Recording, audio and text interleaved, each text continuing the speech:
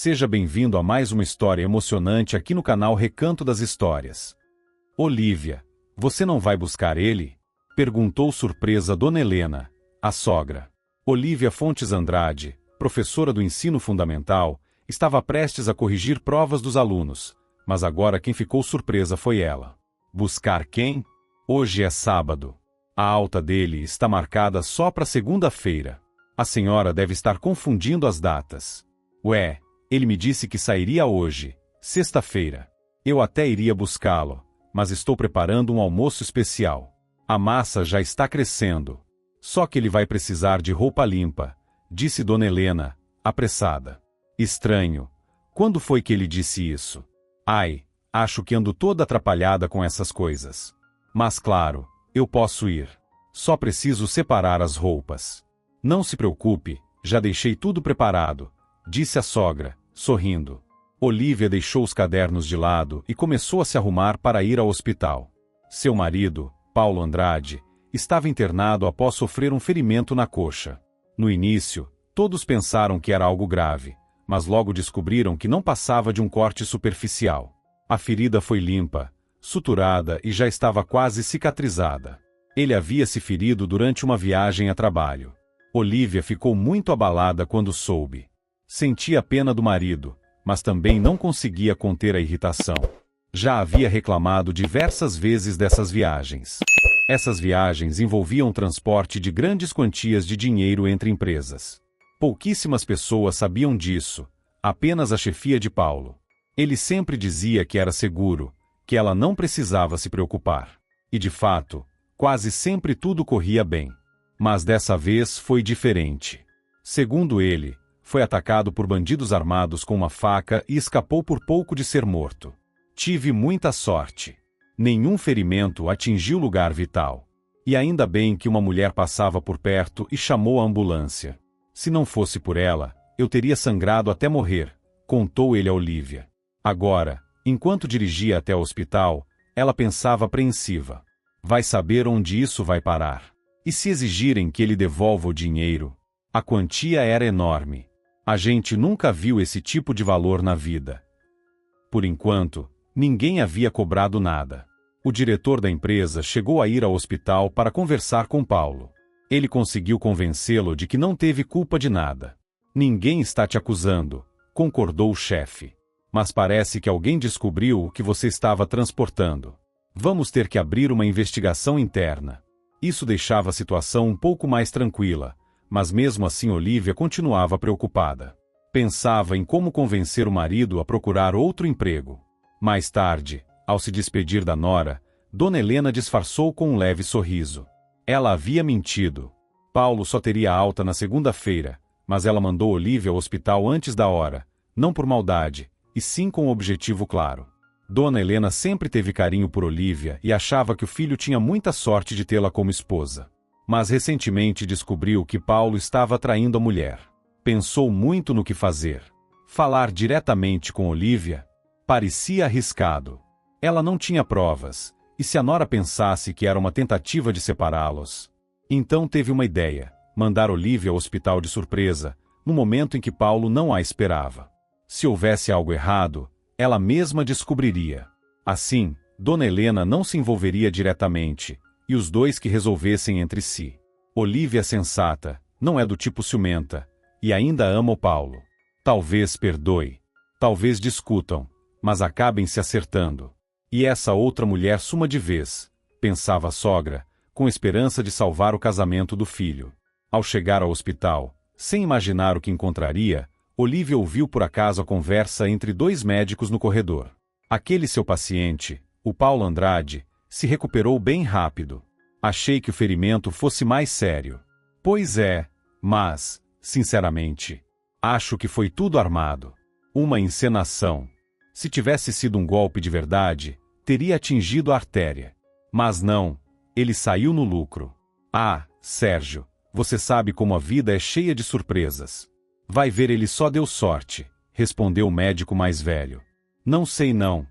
Esse cara me parece meio estranho. A esposa dele vem sempre, jovem, bonita. Mas, quando ela vai embora, aparece outra. E fica horas com ele, comentou o médico mais novo. Estão dizendo que é parente, comentou o médico mais velho. Não é nada disso. Mas, olha, não é da nossa conta. Que eles resolvam entre si, respondeu o mais novo. Como assim? Pensou Olívia, sentindo um frio no estômago. Então a ferida não era séria. E tem outra mulher visitando ele. Mas ele não tem irmãs.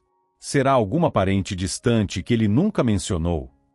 No fundo, ela sabia que havia muitas coisas que desconhecia sobre o próprio marido. E ao entrar no quarto, descobriu o maior segredo com os próprios olhos. Lá estava a tal parente, sentada na cama de Paulo. E ninguém beija um parente, mesmo distante, daquele jeito, com os lábios colados e cheios de desejo. Eles estavam tão envolvidos que nem perceberam quando Olívia entrou. As lágrimas vieram sem que ela pudesse evitar. Ela amava aquele homem. Sempre perdoou tudo, até mesmo o acidente causado por ele, que resultou na perda do bebê. Nunca o culpou por aquilo. Sofreu em silêncio. E agora, era traída de forma tão vil. Num certo momento, Paulo percebeu que havia alguém no quarto. Se afastou da amante e olhou para Olívia.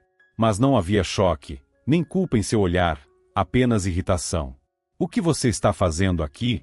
Por que está me olhando assim? É só uma colega de trabalho que veio me visitar. Você entendeu tudo errado. Havia alguma chance de Olívia acreditar naquilo? Ainda mais depois do que ouviu dos médicos. Claro que não. Pois aproveitem a visita, disse, e saiu correndo do quarto. Nem se lembrava de como conseguiu chegar em casa. Chorava tanto que mal enxergava o caminho. Quando Dona Helena viu o estado da nora, entendeu de imediato. Seu plano funcionou. O segredo de Paulo havia sido descoberto. Mesmo assim, tentou fingir surpresa. Por que a senhora disse que o Paulo ia ter alta hoje? Isso não era verdade, confrontou Olívia. Foi? Ah, acho que me confundi. Tentou desconversar a sogra. Mas ao perceber que Olívia já sabia de tudo, acabou cedendo. Ai, eu descobri sem querer que o Paulo estava com outra. Mas isso não quer dizer nada. A senhora acha que isso não significa nada?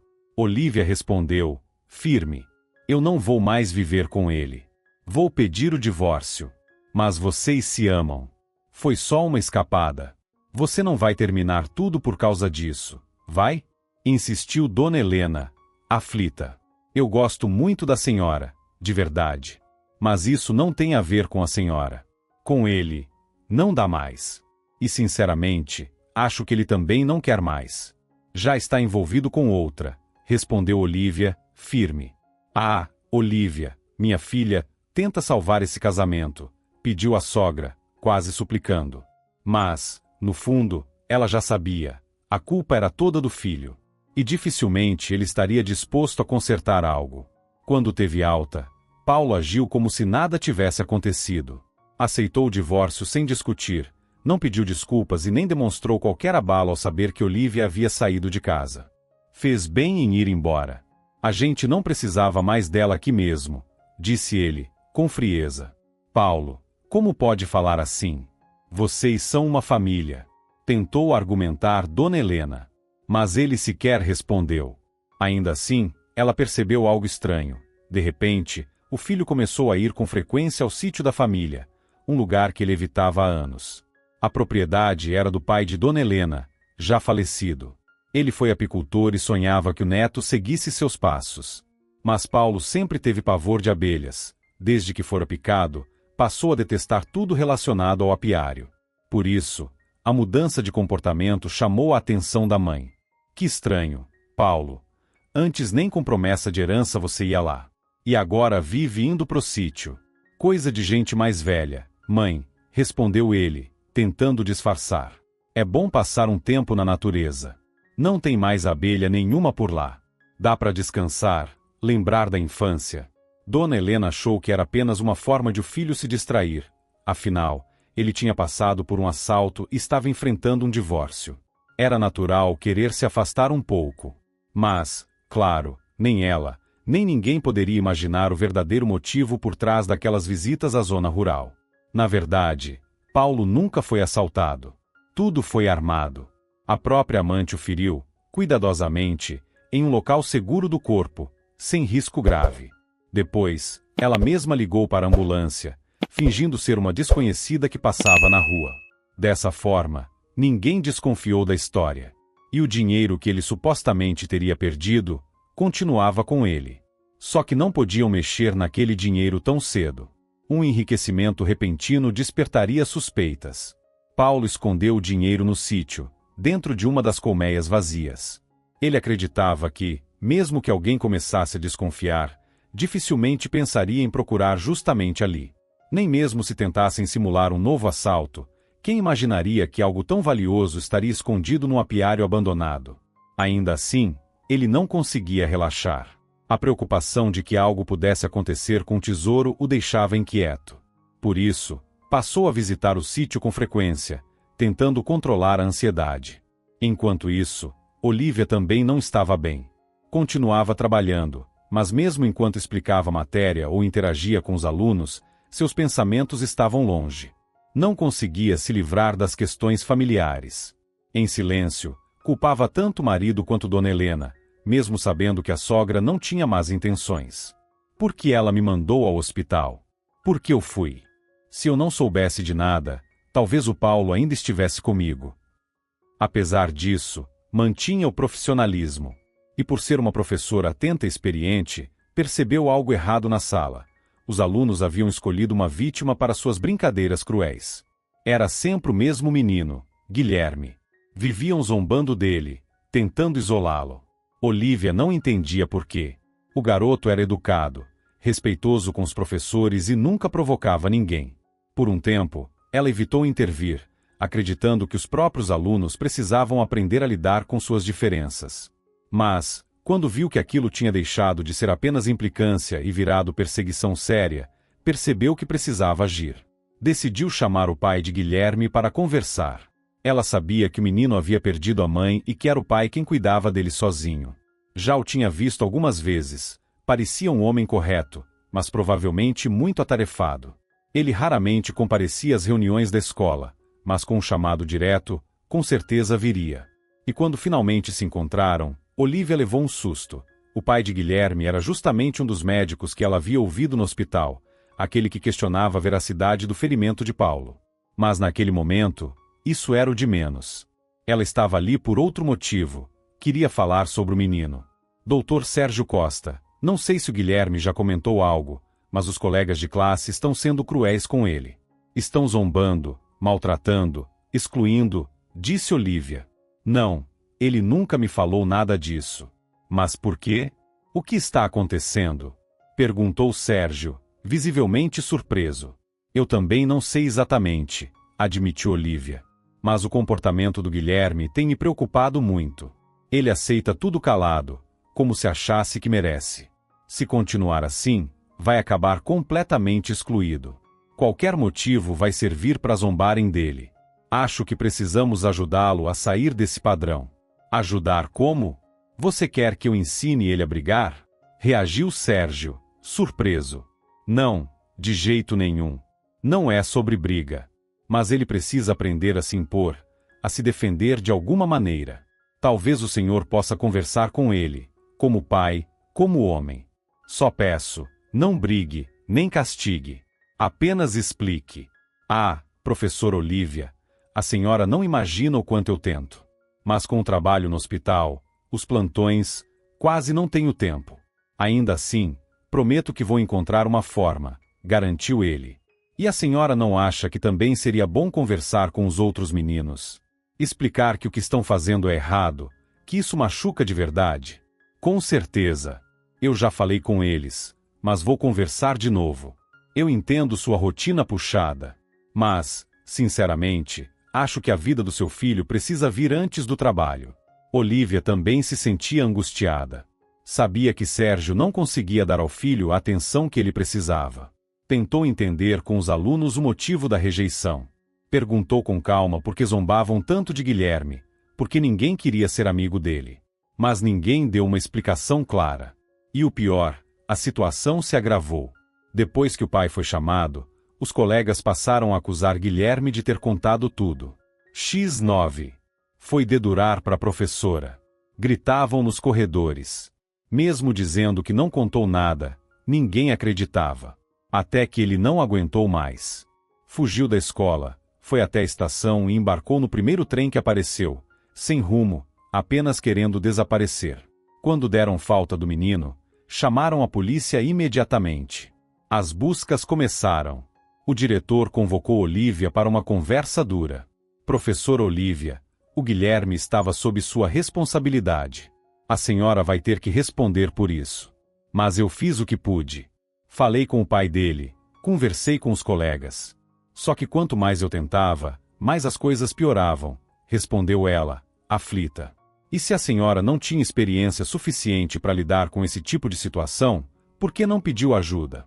Aqui na escola, a gente enfrenta esse tipo de coisa o tempo todo, retrucou o diretor, com firmeza. Enquanto isso, Guilherme havia descido numa estação qualquer e caminhado até um vilarejo que parecia completamente abandonado. Por ironia do destino, o lugar onde Guilherme foi parar era justamente o sítio de Paulo Andrade. Achando que o local estava abandonado, o menino entrou na casa e decidiu: vou ficar aqui. Se me encontrarem, eu volto. Se não encontrarem, fico para sempre. Mas não demorou muito para se entediar. Saiu da casa e acabou se interessando pelas colmeias vazias no quintal. Ao abrir uma delas, levou um susto. Estava cheia de dinheiro. Uau! Quanto dinheiro! Será que os donos esconderam e esqueceram? Que sorte! Dá para pegar só um pouquinho de cada vez, comprar comida e viver aqui o tempo que eu quiser, pensou, animado. Mas o plano não durou. O grupo de busca já seguia uma pista concreta. Como não encontraram o menino na cidade, concluíram que ele havia fugido para outro lugar. Funcionários da estação confirmaram que um garoto com as mesmas características tinha passado por lá e embarcado em um trem. Com a ajuda dos fiscais, descobriram em qual estação ele havia descido. E com o apoio de cães farejadores, localizaram rapidamente a vila. Olivia acompanhava tudo. Quando viu Guilherme na casa do ex-marido, ficou chocada. Guilherme, como você conseguiu chegar até aqui? Por que não me disse nada? Nem ao menos falou com seu pai? Perguntou, chorando. Desculpa, professora, mas eu não aguentava mais aquela sala. Os meninos me maltratavam o tempo todo, respondeu ele, cabisbaixo. E como você achava que ia viver sozinho? Aqui é perigoso. E o que você ia comer? Eu ia comprar comida.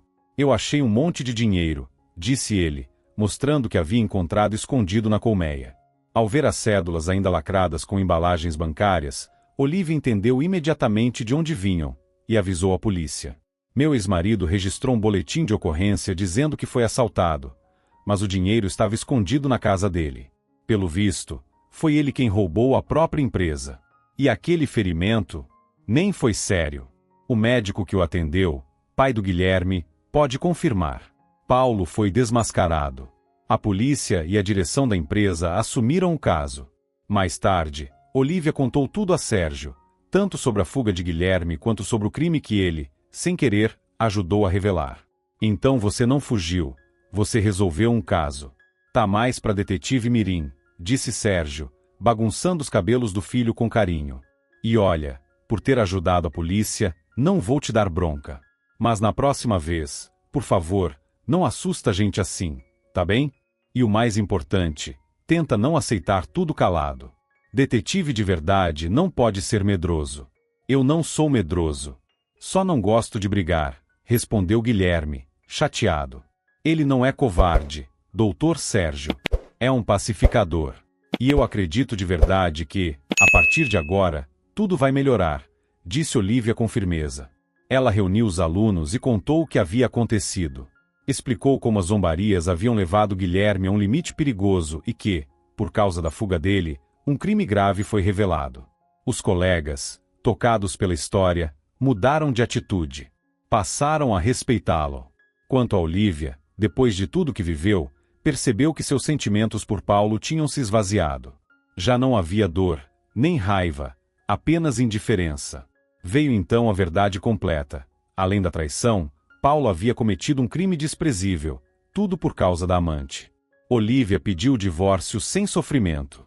Talvez porque, dentro dela, já florescia um novo sentimento. Com o tempo, sentiu simpatia por Sérgio. Depois, carinho. E logo percebeu que estava se apaixonando. E o melhor, era correspondida. Sérgio passou a visitar a escola com frequência para saber do filho, mas ficou claro que queria ver Olívia também. Logo começaram a conversar, trocar mensagens, e depois que o divórcio foi oficializado, marcaram um encontro. Não demorou para decidirem ficar juntos. Dona Helena, embora fosse a sogra do passado, continuou próxima. Estava sinceramente feliz pela ex-nora. Foi convidada de honra no casamento, e depois disso, passou a visitar a nova família com carinho. Não me afaste, Olívia. Você é tudo que me restou. O Paulo me decepcionou tanto, que nem quero vê-lo, nem a ele, nem suas amigas. Talvez um dia eu perdoe, mas agora, não sei. Me deixa te chamar de filha? E o Guilherme, posso considerar meu neto? Pediu a idosa, com lágrimas nos olhos. Olívia aceitou com o coração aberto. Estava verdadeiramente feliz. E quando a felicidade é verdadeira, a gente quer compartilhar com o mundo. Gostou da história de hoje? Então clique no vídeo que está aparecendo na sua tela. Tenho certeza de que você vai gostar também. E não se esqueça de deixar o like e seguir o canal.